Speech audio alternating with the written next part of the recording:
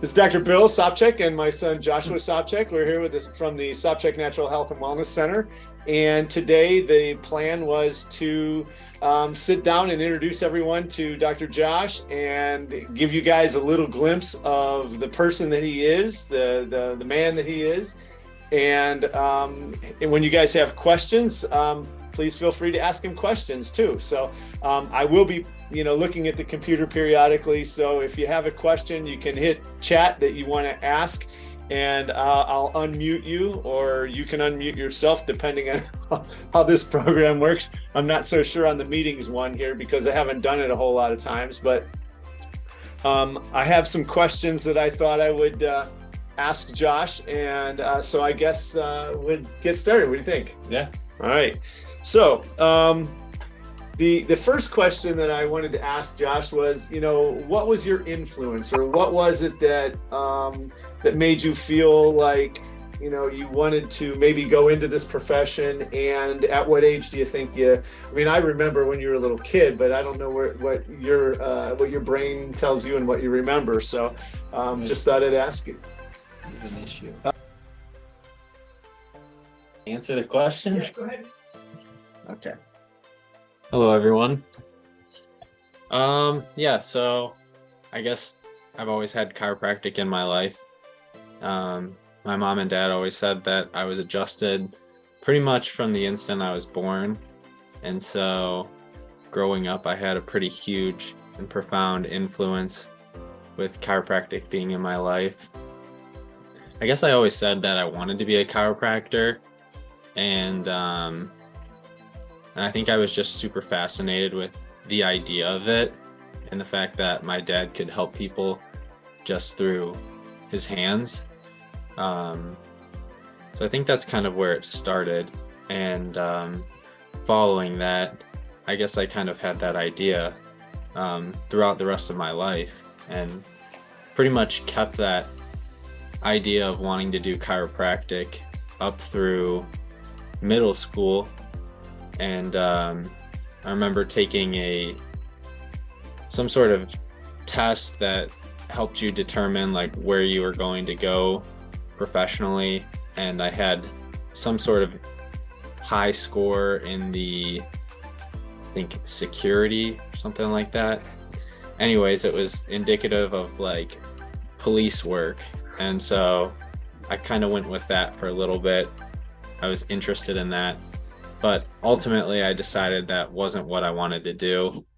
And I think it was just because I was pretty good with science and more interested in science related topics growing up. So yeah, just starting out, say my influence was from my dad, and that was pretty much my foundation all the way through until I eventually started chiropractic school. All right. So, well, that was a good start. So much for the best laid plans, right?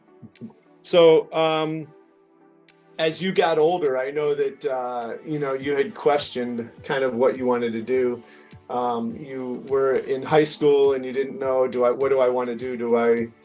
Which way do I want to go? And you ultimately decided to do your undergrad work in Buffalo at Canisius, and you chose to go into wellness, which was pretty broad. Yeah, my degree was health and wellness with slash kinesiology, so it's kind of all encompassing. It was a lot of anatomy and physiology and kinesiology. Physiology is cell related science, and kinesiology is body related or motion related science pertaining to humans, that is. So I studied basically human related science when I was in college. And you said, why did I go that way? Well, I guess what I was saying is you really weren't sure still. And if I remember right, it wasn't till like into your senior year or so that you finally said, okay, yeah, this is the way I'm going to go. You had a lot of questions. Yeah, I did have a lot of questions. like I said, I kind of went between chiropractic, and then police was a little bit in there, and then I kind of went back into human science, and that's where I went into undergrad. And then I considered doing a chemistry major because I did like chemistry, but I ultimately didn't like my professor in college, and so I was like, I would have to see him more than a few times. So I was like, I don't want to go to class with him any more than I had to. Um, and then yeah, I just kind of I was good at anatomy, and I kind of just followed that throughout school, and then when we went to life leadership weekend, that was my junior year in college, so that was 2014. um, I At that point I was interested in it, and I was leaning into it, and I would say if anything that made me question whether or not it was for me, because so many people there had like profound chiropractic experiences where it was like they got touched by the hand of Jesus, and I was like, well, that wasn't my experience. I was just always around it, so I was like, was that does that mean that I shouldn't be doing this kind of a thing? um And then you ran into somebody who had made the same comment to you. I think it was one of the guys who was taking us around. That was 2017, actually. You're junior in college, not high school. And oh yeah, yeah, so that's right. just briefly, the life weekend, we went down to Marietta, Georgia, to Life Chiropractic College, which I believe is now called Life University, because they had a program there that, for potential students to come down and get an idea about, what kind of profession they were getting into. Mhm. And if I remember right, one of the guys that was taking us around had made the comment to you that he thought this was what he wanted to do, but he wasn't sure. But once he got into it, he knew that's what it was. Yeah, yeah, yeah, he did. That was like on our way out. That was after I was questioning it, and he kind of said that and gave me some solace afterwards that, I didn't have to have this profound experience. So that was a little reassuring. Um, yeah, yeah, I would just say that was a little bit reassuring. And as time went on, I kind of just went with it. So then you made that decision, and we went off to visit multiple different colleges before he made the choice to go where he's at. And what was do you remember what the resounding factor that took you to St. Louis was? Yeah, so that was going into my junior year that we did that. And so my going into my senior year, that's when we made the big trip. We went to middle of the country, and we started at National. That was in Chicago. That's where he went. And then we drove down into Iowa and went to Palmer, which is like the birthplace of chiropractic. And then we finished at Logan, which was in St. Louis. And there's a few things that I really remember liking there. One of them was they had simulated labs. So right out the gate, when you start in chiropractic school, you would basically pretend to be a doctor while someone pretended to be a patient, and they would be simulating real cases, and you had to, get histories and perform exams, and they basically started you with that as soon as you entered school. And I really liked the idea of that because none of the other schools had mentioned that, and that's obviously one of the hardest parts is like you can spend the time in school and learn stuff in books, but ultimately you have to spend time with people to learn how to ask questions and get the information you need and that kind of stuff. So that was one thing. And then the other thing, going into my senior year, I was interested in the idea of doing sports related chiropractic, and Logan had a lot of ties to a lot of universities, Mizzou, SLU, to name a few, and they had ties to their athletic departments. And so when you get into basically the final year of chiropractic school, you could take that opportunity and go to these universities and just work with the athletes and the chiropractors that worked for the university, and you could spend a lot of time with athletes and whatnot. And so I really like the idea of both working with athletes and working with patients early on in the school. So Well, and plus, all through high school and college, you ran track and cross country, yeah. and so the rigors of going to college, of running, and all the time that took all year long. How do you think that prepared you for chiropractic college? If anything, it was a footstone, like one of the biggest things with college sports was you just had to show up, one, and number two, you were pulled from high school for being particularly good, and you're put into a sea of a bunch of other sharks. And so it's the big tunas racing against the big tunas. And so then it becomes, how can you be better than everyone else who's already good?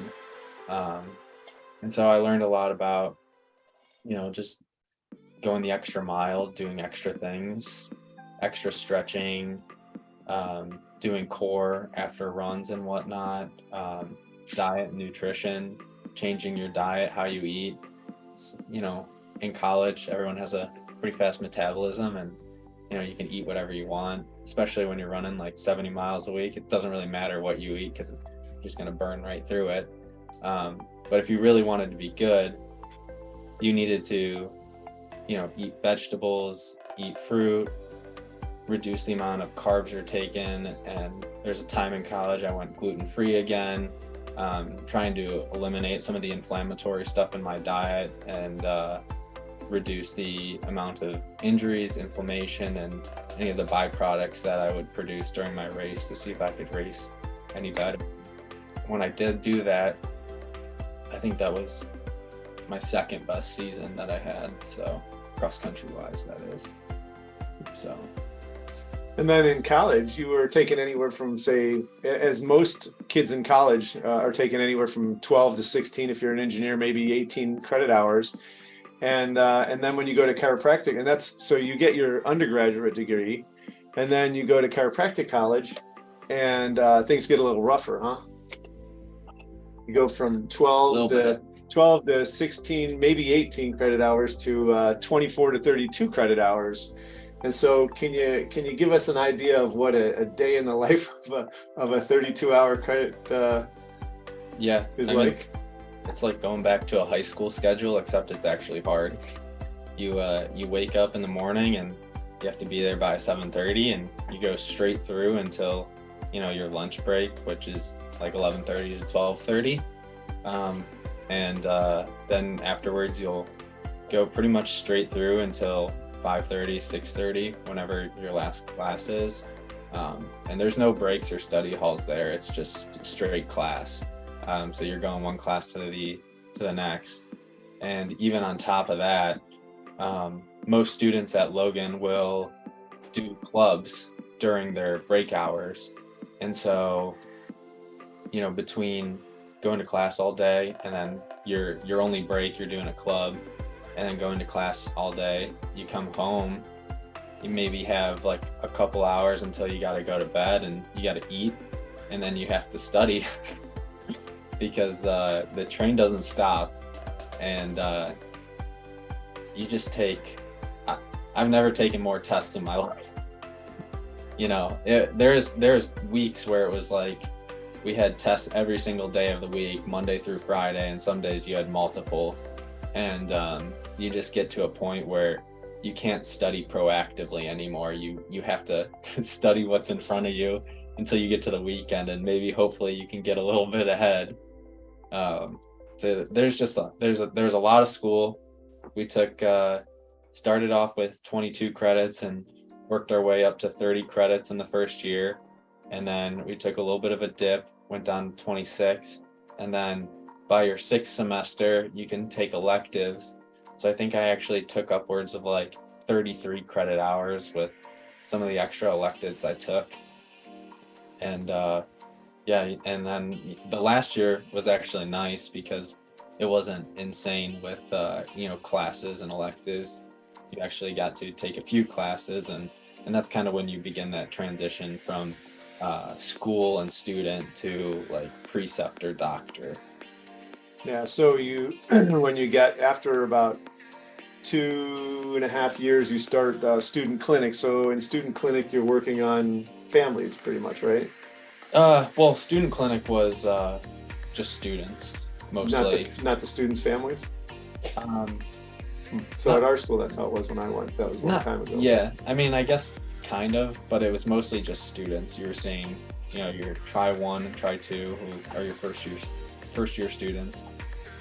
Some people had some people that they brought in. Our class was fairly unique in that we had 130 people in the clinic, which most classes at Logan were anywhere from like 50 to 100, I would say. So we had a lot more students there, which meant that there was a lot more students under each doctor. And so each doctor in the clinic had to manage like 8 or 9 students at least. And so they kind of gave some leeway. And so they did treat some of their family members, spouses.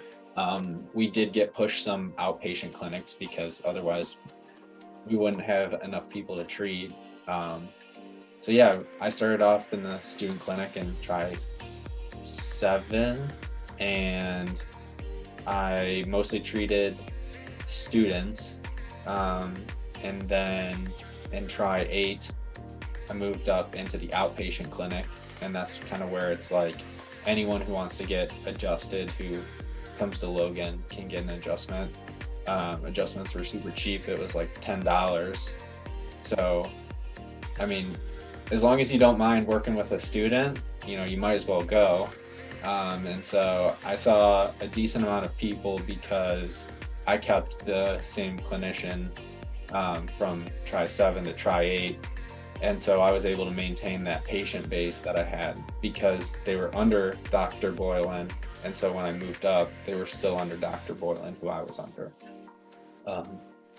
So I actually saw a decent amount of students and outpatient patients my 8th try, and got a lot of good experience there. And I really appreciated my mentor there, Dr. Boylan. He took me in because I was actually going to do an internal medicine outpatient clinic, and that professor ended up retiring, and the school didn't have anyone to replace him. So very last second, they dispersed the people who were accepted into the outpatient clinic, and I just stayed with Dr. Boylan, which that was pretty good for me because he had a different perspective on things than I did, and I think his focus was a little bit more on musculoskeletal stuff because he did the primary spine practitioner program, which basically is just that there's a lot of patients with back pain in the world, and people who receive treatment from chiropractic who don't get benefit, maybe they need sent elsewhere.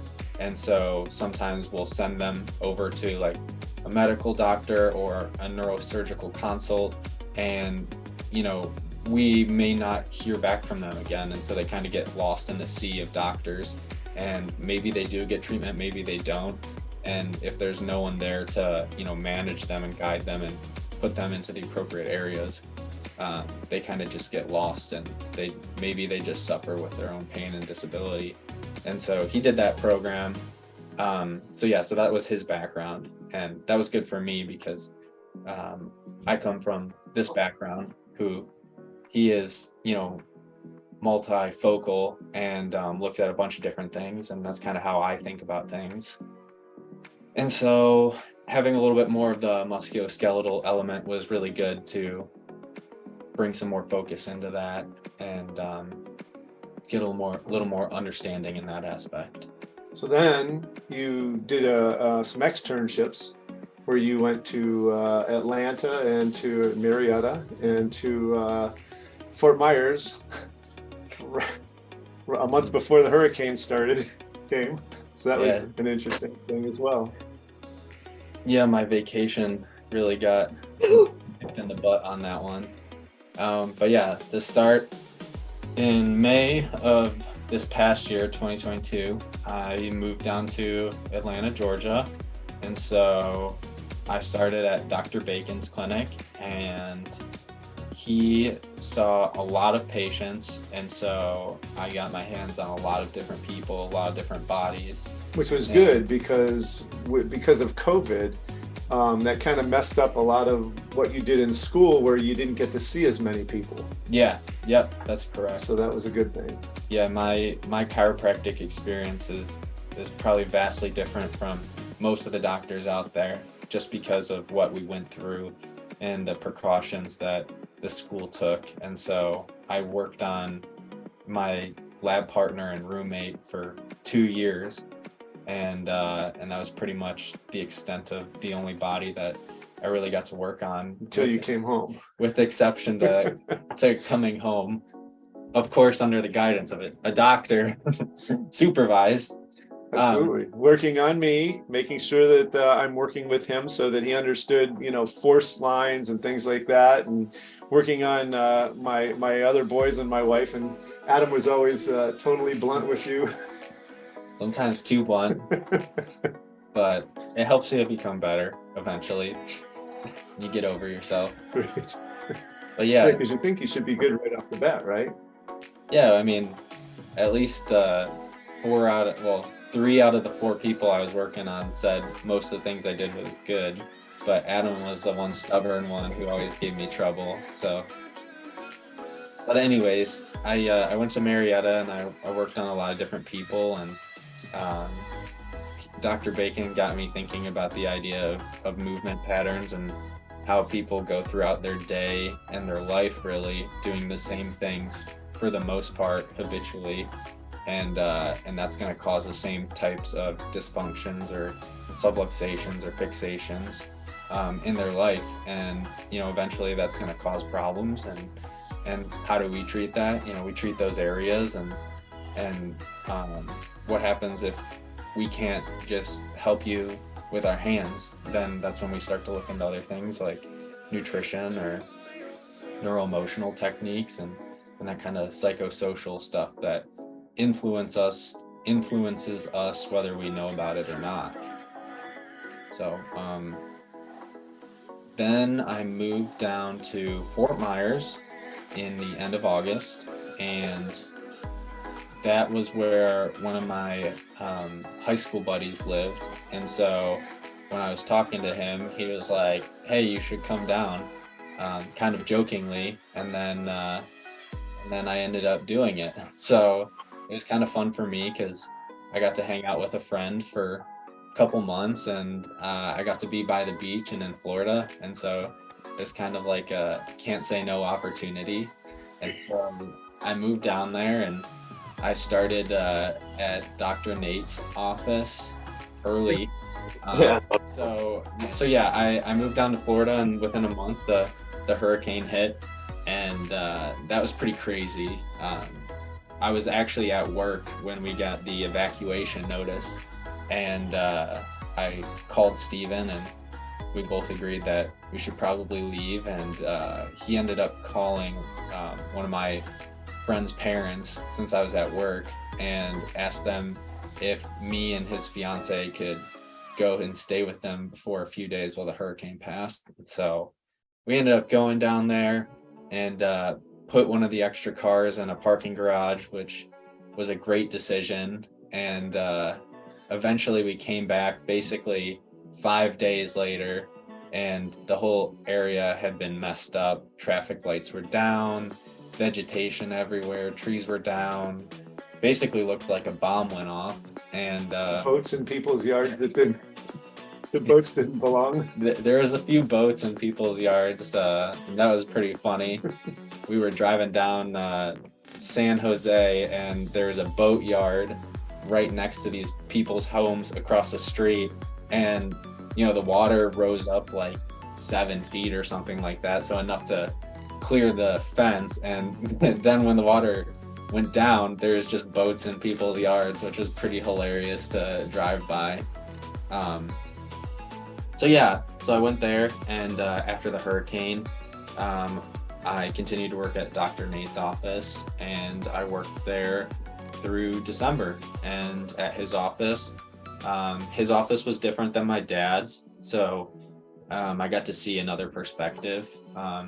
It was full insurance, and so I got to learn a little bit about the pluses and the minuses of insurance, and what kind of treatments you can and can't do there, and just really how to play the game with insurance. And so that was really good perspective for me to see, like, is this a good thing for me to do, or would I rather do something like my dad does? And I think ultimately I like the idea of the practice my dad's at, just because it offers more freedom and choice in what you can do and offer to your patients. Yeah, because a lot of insurance companies won't let you do things, and then what's right for the patient, but the insurance company says no, you can't do that. And so that was one of the main things that kind of took me out of it. We still bill it to the insurance companies. It's just that we don't have to fight with the insurance companies anymore. So that was a lot of man hours. So so you being in, which I thought it was great. You were in Buffalo. Want to live in Buffalo? No. You're in St. Louis, which is another type of weather, and then Georgia, which is another one, and then down to Florida, and now you're back home to sunless Ohio. Yeah. I mean, I guess I just wanted to kind of travel around, and I mean, you don't know what's out there until you go looking, and so I would have had to go somewhere regardless eventually if I decided chiropractic, but decided to go to Buffalo, and that really wasn't too far. So I remember when I was considering college, I was looking at a school in Colorado, and my parents had said that, if you want to go there, that is fine, but realize you're going to be very far away and you're only going to come home for holidays. And so that was pretty big, because I never really thought about that. And I did like to come home. I mean, I didn't come home every weekend because it was, close to 3 hours, but, it was nice for me to come home when I could on, fall break and Christmas break. And it was nice for you guys to be able to come to some of my events that were some of them relatively close. Yeah. It's nothing driving, 8 hours to Albany. Was it Albany that we drove 8 hours to for a 1.5-minute race? But hey, that's what you do for your kids.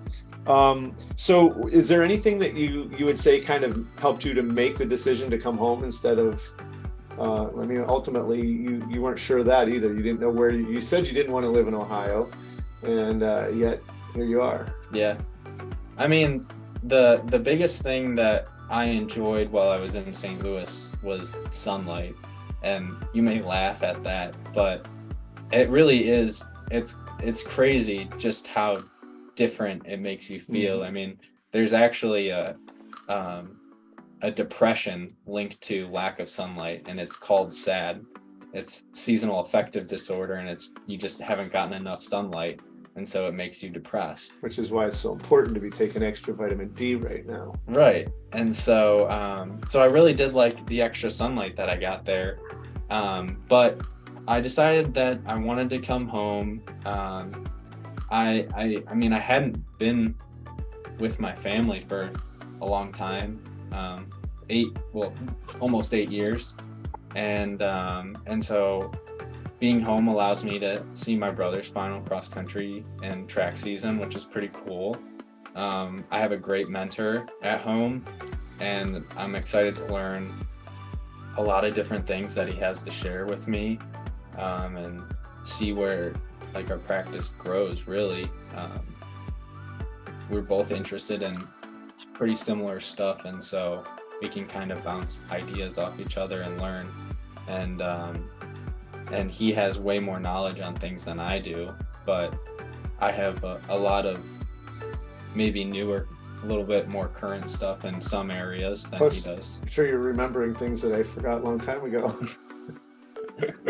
I mean, what? Chiropractic school is like 25 years ago for you, right? 31.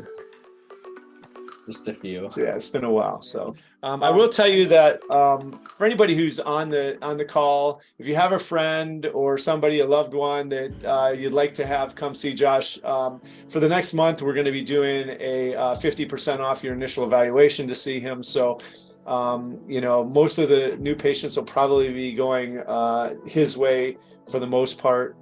I've had him adjust me. I know he knows how to adjust people. He's good at it.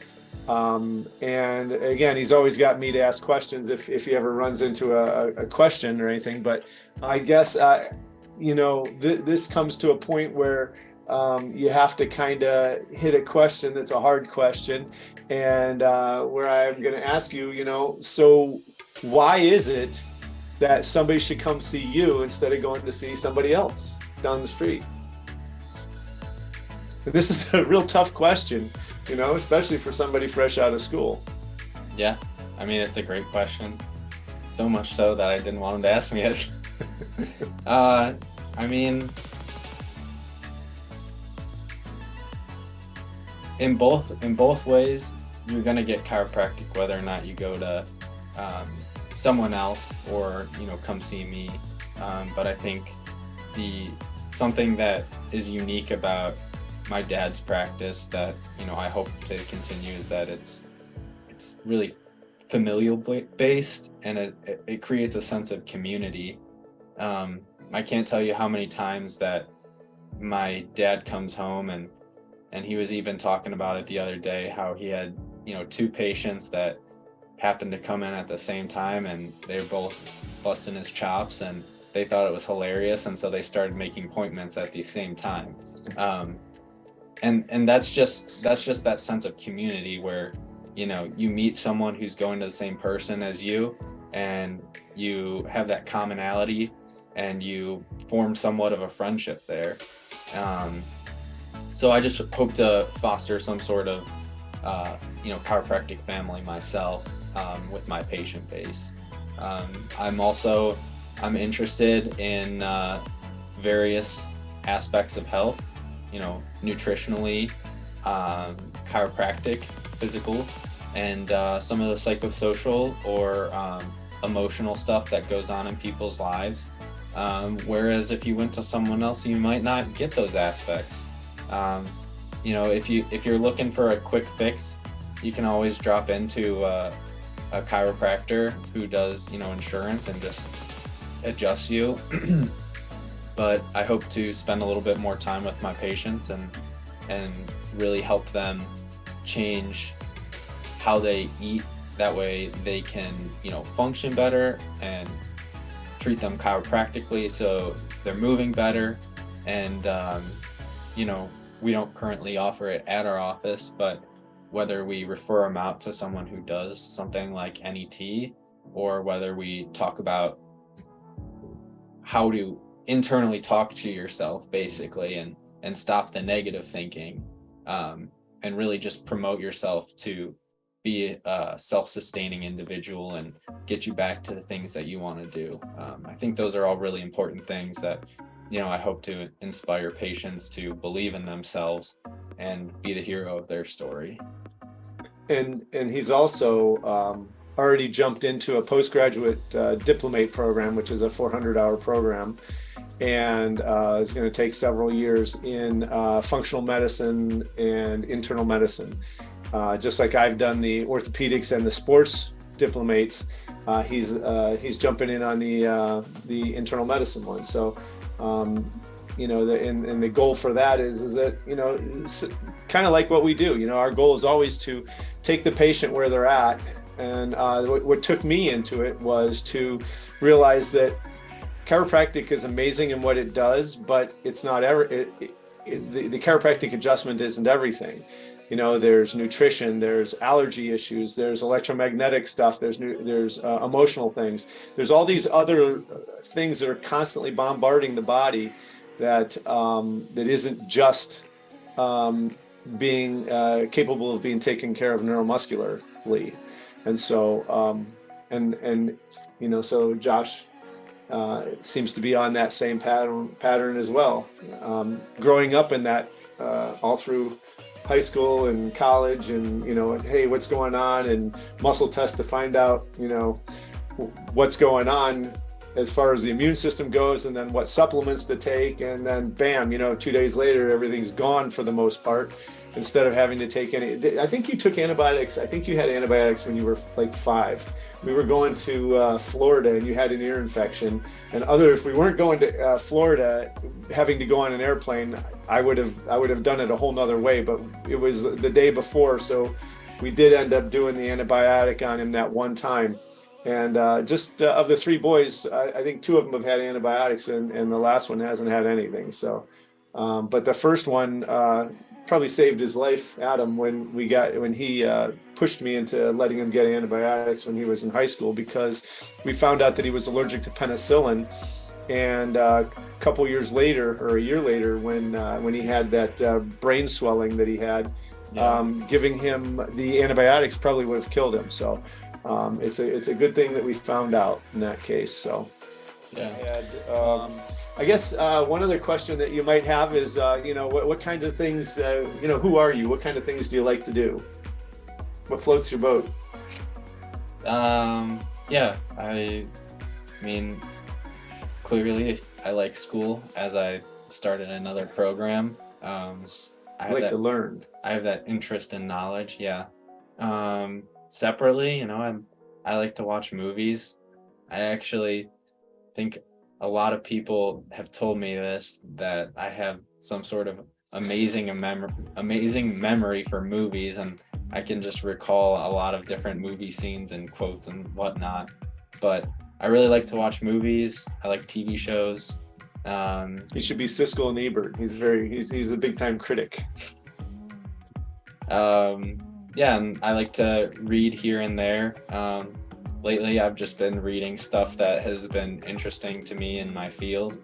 I like to read research. I like to listen to podcasts. I like to go to the gym. I used to run a lot. I don't so much anymore, but I do think I'll get back into a little bit of that here and there now. Golf. I like to frisbee golf. Yeah, that's an obtuse sport out there. It's the premise of golf, but using frisbees, and it's the same thing. You par or you bogey or you eagle or birdie, just with frisbees. Someone wants to know what your favorite food is.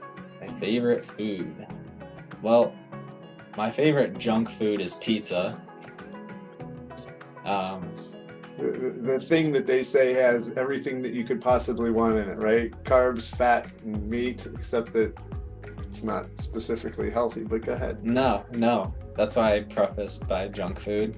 My favorite healthy food, I actually really like this recipe that I made. It's ground turkey, and you put chili powder, cumin, parsley, some Italian seasoning, and then you serve it with quinoa or white rice. And when I was cooking a lot on my own, I made that pretty much weekly, because it gets me through for about 3 days, and it's really good. So I'd say that's probably my favorite healthy food. You haven't made it since you've been home?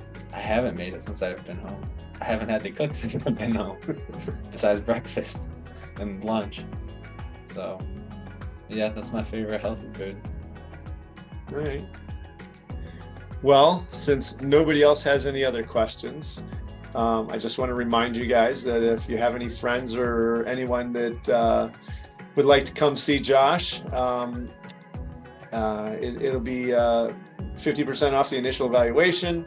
And he's actually starting, he's not supposed to start till Monday officially, but he's going to start a little bit tomorrow, and maybe some more this week. We'll see what we've got rolling for him. So I want to thank you guys all for being on the meeting with us tonight. I look forward to seeing you guys. We look forward to seeing you. Anything else? No, take care and be well. All right. Take care. God bless. And we'll see you next time.